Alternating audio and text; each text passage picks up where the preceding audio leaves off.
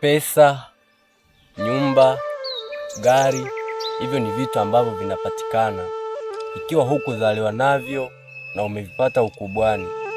Kishapata pesa unawadharau wenzako, unawanyanyasa maskini kwa ajili ya pesa ambao hukuzaliwa. Hivyo ni vitu vya muda tu, vinaweza vikaisha hata leo, sababu ulizaliwa huku vipata, ulizaliwa huku navyo.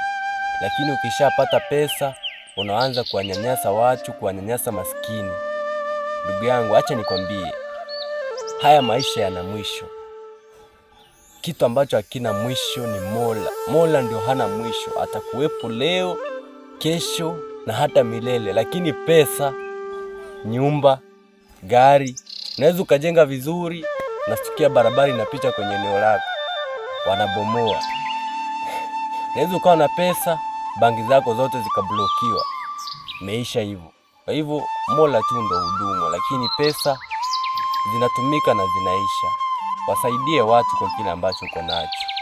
Kama unacho usiwanyime watu. Kama una uwezo wa kumsaidia mtu, msaidie ndugu yangu. Wewe unakuaje wewe?